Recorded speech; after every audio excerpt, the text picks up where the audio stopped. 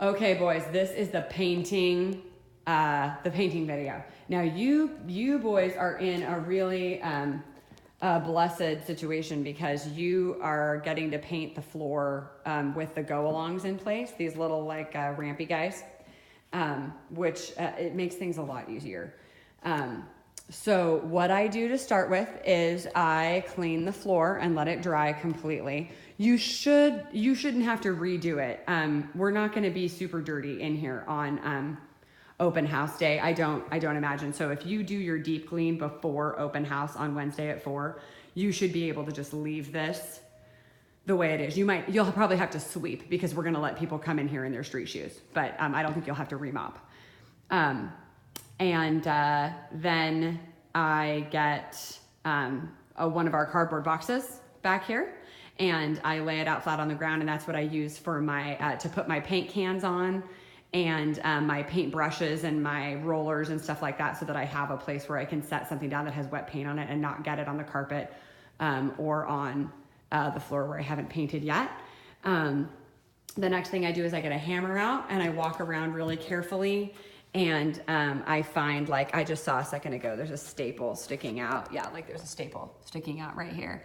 And if it's really far out, I pull it out. And then I just take a nail because my dad put these in and I don't have a staple gun. Your dad has a staple gun. If he wants to lend you the staple gun, then you can just get in here and ka-chunk a new one in its place. You can see how it's slanted so that it'll go into this wood. It goes that way.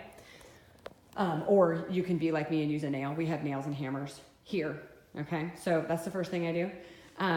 And then I do that over the whole floor. I like to walk around in my stocking feet, and I sort of like walk up and down like I'm mowing the lawn, looking and also feeling with my feet.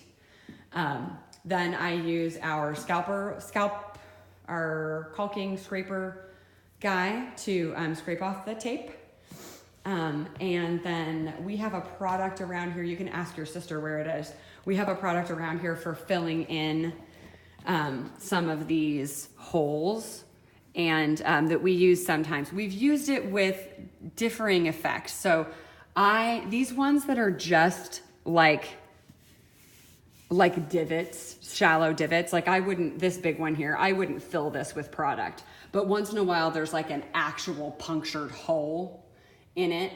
And if something is like bigger than a penny, like if you could lose an earring in it and not be able to get it back out, then you can put the caulking product in it. It's some kind of a sealant caulking product, I think. But I don't see anything on here that I think you're going to need to use that for, which is great because if you do, you can't paint over it right away. So that's kind of a bummer. Then you have to leave it. You can paint all around it. And then, a few days later after it's dry, you come back and you have to get the paint out and paint over it. I use blue or green painter's tape. We have a lot of that to cover all of the names up here. You can see all those names across the front. So you cover those. With paints, I do it all the way to the end corner of the stage. That way, if there's a difference in paint color, we at least have like a continuous stripe of a different color across the front. And then I just start in one corner and I actually pour the paint on the ground and then push it out and away from me. So I start like right here on like the 2 or the 3, and then I pour it like out in front of me here and then push it all over this quadrant. It takes 2 gallons of paint to do the whole floor. So that's really nice math because I use half a gallon of paint and I pour it out and I do this quadrant, and then I use another half gallon and I pour it out. Now I don't pour a half gallon out at a time because it does start to dry and then you have a problem, but that's how you like ration yourself. And so you can even work in tandem if you want to. There are 2 broom handles and 2 rollers that screw onto a broom handle, and then there are 2 rollers.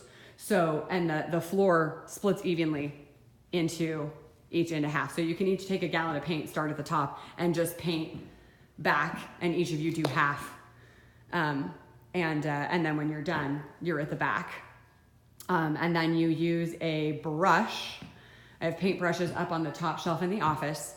to paint the go-alongs. And for that, I like, now that the go-alongs are here, there's not a lot of clearance underneath it, like between the carpet and the go-along. There used to be a huge gap, and so then you could slide like a piece of cardboard under there and kind of hold it as you went along painting. But you can't do that anymore.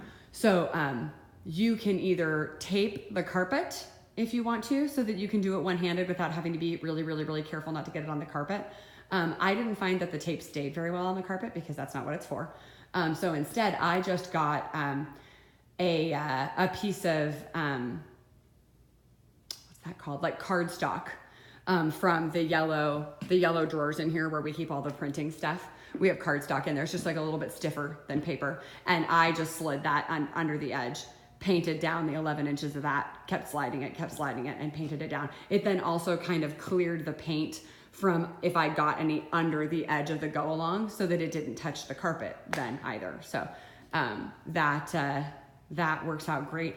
I just use these little plastic, we've got one here, see this little like domino, these little plastic dominoes cups? That's what I use. I put paint and a paintbrush in that so that I can hold it easily and just go down and dip and go down and dip, and it goes real fast. So let me know if you boys have questions about that.